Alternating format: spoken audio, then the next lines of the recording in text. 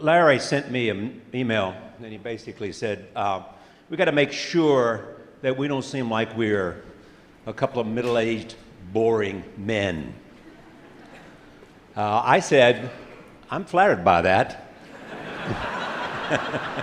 because I'm a bit older, and he has a bit more net worth than I do. Well, thank you. We'll have a conversation about the internet, and we'll have a conversation about Google, and we'll have a conversation about search and privacy, and also about your philosophy and a sense of how you've connected the dots and how this journey that began some time ago has such interesting prospects. Mainly, we want to talk about the future. So my first question, where is Google and where is it going? Well, this is something we think about a lot. And our mission that we defined a long time ago is to organize the world's information and make it universally accessible and useful. And people always say, is that really what you guys are still doing? And I always kind of think about that myself, and I'm not quite sure.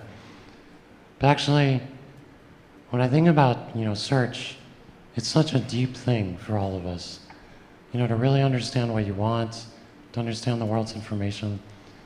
And we're still very much in the early stages of that, which is totally crazy. We've been at it for 15 years already, but it's not at all done. When it's done, how will it be? Well, I guess, I'm thinking about where we're going. Why is it not done? A lot of it is just computing is kind of a mess. Your computer doesn't know where you are, it doesn't know what you're doing, it doesn't know what you know. And a lot of what we tried to do recently is just make your devices work, make them understand your context. Google Now, knows where you are, knows what you might need. So really having computing work and understand you and understand that information, we really haven't done that yet. Still very, very clunky. Tell me, when you look at what Google is doing, where does DeepMind fit? Yeah, so DeepMind is a company we just acquired recently. It's in the UK.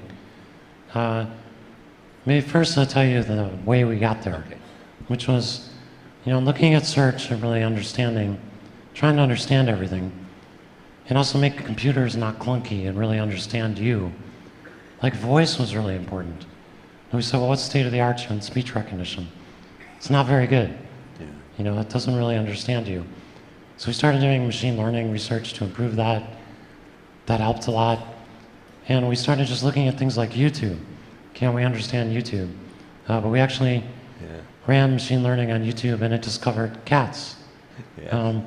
Just by itself. That's an important concept. In that we realized there's really something here. If we can learn what cats are, that must be really important. Yes.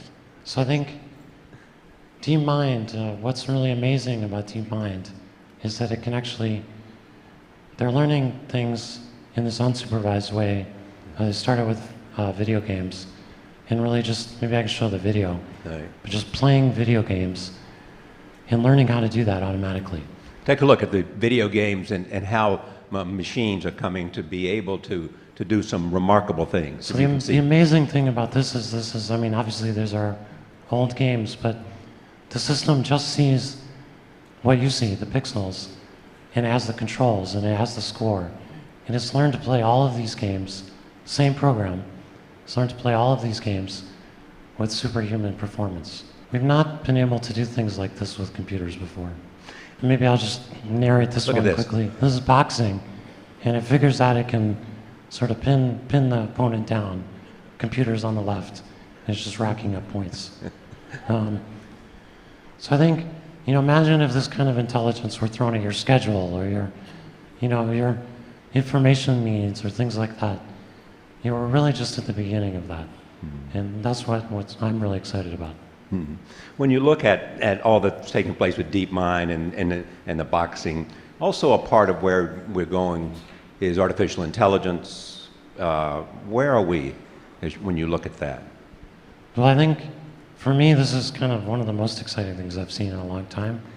The guy who started this company, Demas, has a neuroscience and a computer science background. Yeah. He went back to school to get his PhD to study the brain. And so I think we're seeing a lot of exciting work going on that sort of crosses computer science and neuroscience in terms of really understanding what it takes to make something smart and do really interesting things. So, but where's the level of it now, and how fast do you think we are moving? Well, I mean, this is kind of the state of the art right now, and understanding cats on YouTube and things like that, improving voice recognition. We used a lot of machine learning to improve things incrementally. But I think for me, this example is really exciting because it's one program that can do a lot of different things. Yeah, I don't know if we can do this, but we've got the image of the cat. It would be wonderful to see this. This is how machines looked at cats and what they came up with. Can we see that image? Yeah. There it is. Can you see the cat? Designed by machines, seen by machines. That's right. So this is learned from just watching YouTube. And there's no training, no notion of a cat, but this kind of concept of a cat is something important that you would understand, and now that the machines can kind of understand. Yeah, maybe just finishing also on the search part. You know, I started with search, really understanding people's context and their information. I did have a video I wanted to show quickly on that that we actually found in YouTube. Yes. Not long ago, I planted a crop of potatoes. Then suddenly they started dying one after the other. Checked out the books and they didn't tell me much. So I went and I did the search. Potato diseases. One of the websites told me that ants could be the problem. It said sprinkle wood ash over the plants. Then after a few days, the ants disappeared. I got excited about the internet. I have this friend, he really would like to expand his business. So we went with him to the cyber cafe and we checked out several sites. When I met him next, he was going to put a windmill at a local school. I felt proud because something that wasn't there before was suddenly there. I realized that not everybody can be able to access what I was able to access. I thought that I need to have an internet that my grandmother can use. And so I thought about a notice board, a simple wooden notice board. When I get information on my phone, I'm able to post the information on the notice board. So it's basically like a computer. I use the internet to help people. I think I'm searching for a better life for me and my neighbors. So many people have access to information, but there's no follow-up to that. I think a follow-up to that is our knowledge. When people have the knowledge, they can find solutions without having to be helped out. Information is powerful, but it is how we use it that will define us.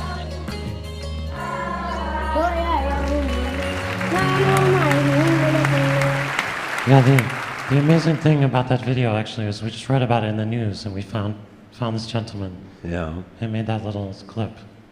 When I talk to people about you, they say to me, people who know you well say, Larry wants to change the world, and he believes technology can show the way. And that means access to the internet. It has to do with languages, but it also means how people can get access and do things that will affect their community. And this is an example.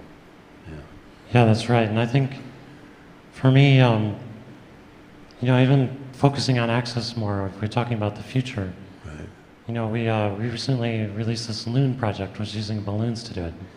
It sounds totally crazy. Yeah, we can show the video here. It actually, 2 out of 3 people in the world don't have good internet access now. And we actually think this can really help people, and if it sort of cost efficiently.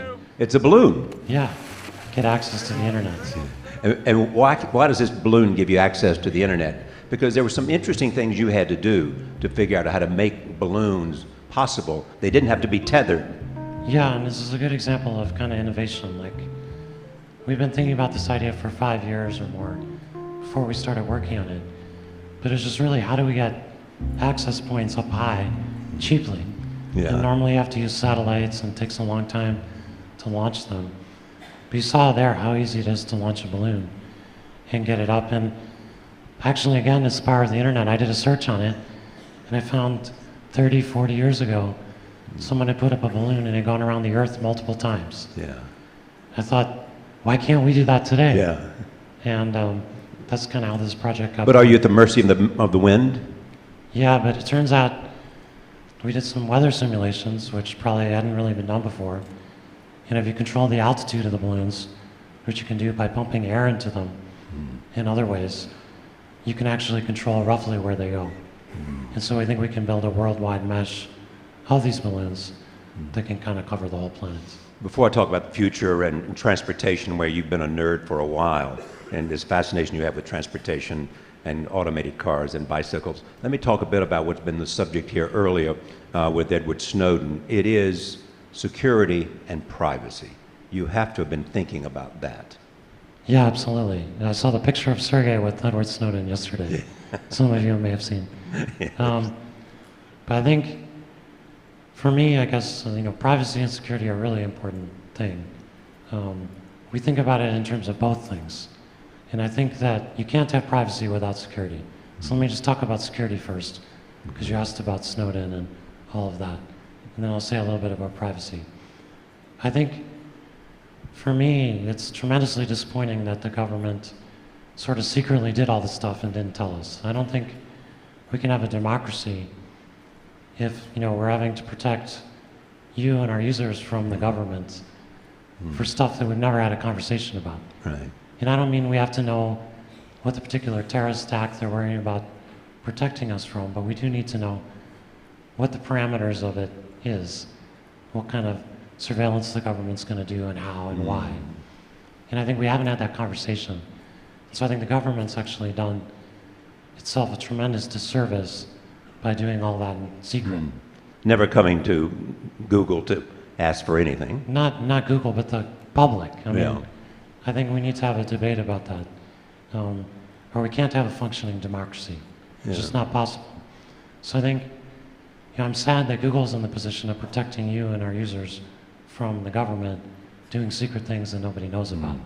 Doesn't make any sense. And then there's a privacy side of it. Yeah, so the privacy side, I think the world is changing. I mean, you carry a phone, it knows where you are.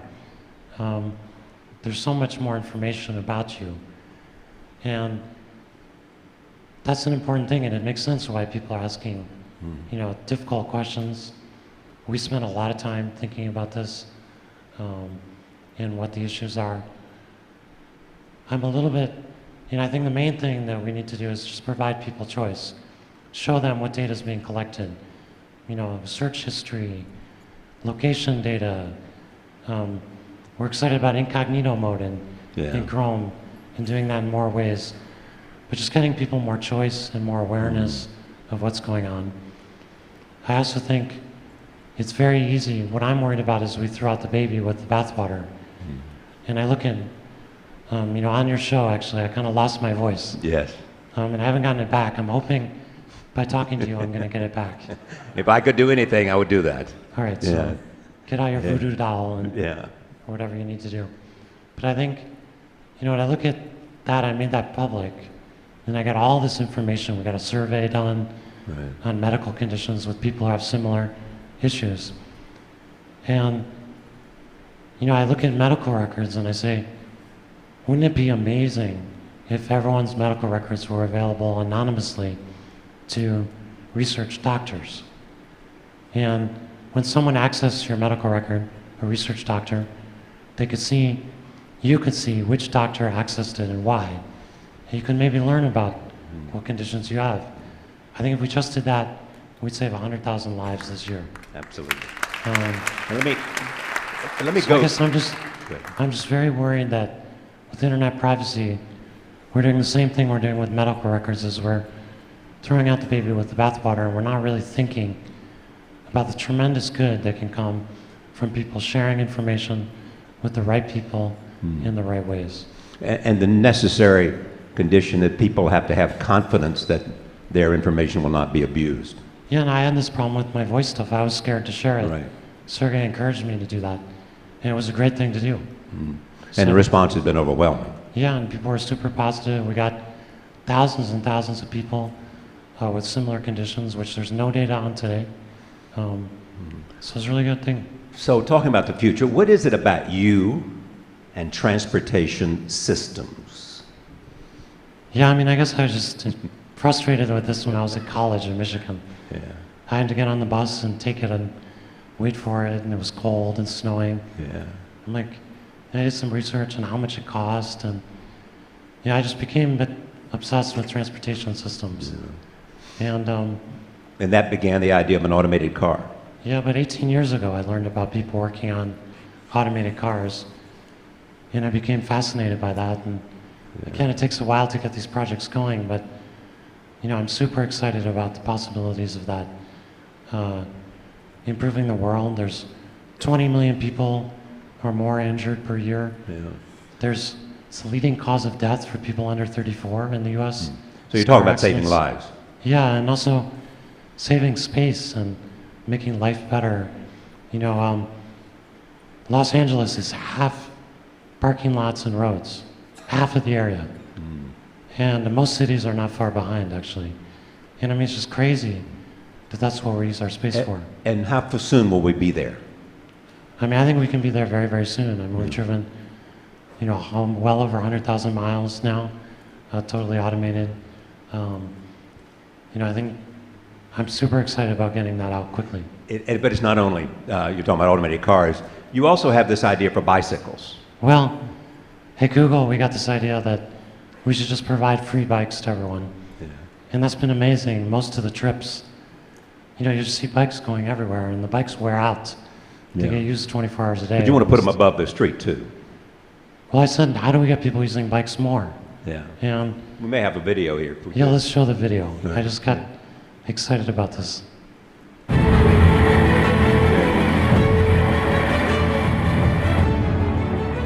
So this is actually how you might separate bikes from cars with minimal cost.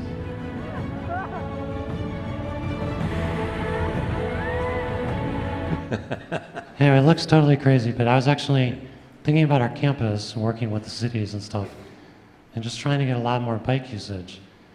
And I was like thinking about how do you cost effectively separate the bikes from traffic. And I went and searched, and this is what I found. And we're not actually working on this, that particular thing, but it gets your imagination going. All right. Let me close with this. Give me a sense of the philosophy of your own mind. I mean, you have this idea of 10x. I mean, you don't simply want to go in some small, measurable arena of progress. Yeah, I think, you know, many of the things we just talked about are like that, where they're really you know, I almost use the economic concept of additionality, Yeah. which means that you're doing something that wouldn't happen unless you're actually doing it. And I think the more you can do things like that, the bigger impact you have. And, you know, that's about doing things that are, you know, people might not think are possible. And I've been amazed, the more I learn about technology, the more I realize I don't know. And that's because it's technological horizon, the thing that you can see to do next. The more you learn about technology, the more you learn what's possible. You learn that the balloons are possible because there's some material that will work for them. What's interesting about you too, though, for me, is that we have lots of people who are thinking about the future. And they're going and looking and they're coming back, but we never see the implementation. You know, I think of somebody you knew and read about, Tesla. The principle of that for you is what? Well, I think invention is not enough. I mean, if you invent something, Tesla invented electric power that we use, but he struggled to get it out to people. That had to be done by other people, it took a long time. And I think, you know, if we can actually combine both things, where we have an innovation, invention focus, plus the ability to really company that can really commercialize things and get them to people in a way that's positive for the world and to give people hope. You know, I've been amazed with the Loon project just how excited people were about that, because it gave them hope for the 2/3 of the world that doesn't have internet right now that's any good. Which is a second thing about corporations. You were one of those people who believe that corporations are an agent of change if they're run well. Yeah, I mean, I'm really dismayed. Most people think companies are basically evil. You know, they get a bad rap. And I think that's somewhat correct. I mean, companies are doing the same incremental thing that they did 50 years ago or 20 years ago. That's not really what we need. We need, especially in technology, we need revolutionary change, not incremental change. You once said, actually, I think I've got this about right, that you might consider, rather than giving your money, if you were leaving it to some cause, just simply giving it to Elon Musk, because you had confidence that he would change the future, and Well, that you would therefore... Yeah, if you want to go to Mars, he Yeah. wants to go to Mars to back up humanity, that's a worthy goal, but it's a company and it's a philanthropic goal. So I think, we aim to do kind of similar things, and I think we have a lot of employees at Google who've become pretty wealthy. People make a lot of money in technology. Yes. A lot of the people in the room are pretty wealthy. You're working because you want to change the world, you want to make it better. And why isn't the company that you work for worthy not just of your time, but your money as well? But we don't have a concept of that. That's not how we think about companies. And I think it's sad because companies are most of our effort. They're where most of people's time is, where a lot of the money is. And so I think I'd like for us to help out more than we are. When I close conversations with lots of people, I always ask this question. What state of mind, what quality of mind is it that has served you best? People like Rupert Murdoch have said curiosity, and other people in the media have said that. Bill Gates and Warren Buffett have said focus. What quality of mind, as I leave this audience, has enabled you to think about the future and at the same time change the present? I think the most important thing, I looked at lots of companies and why I thought they don't succeed over time. We've had a more rapid turnover of companies. And I said, what did they fundamentally do wrong? Like, what do those companies all do wrong? And usually it's just they miss the future. And so I think, for me, I just tried to focus on that and say, what is that future really going to be?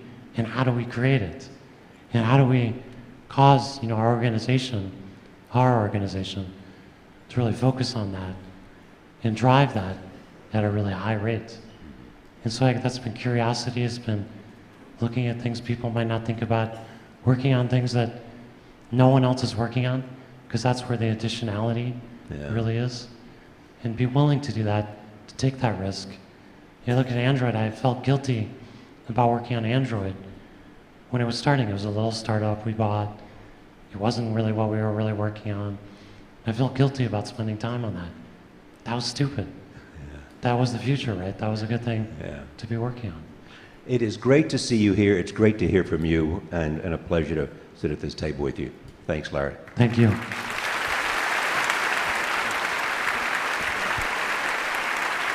Larry Page.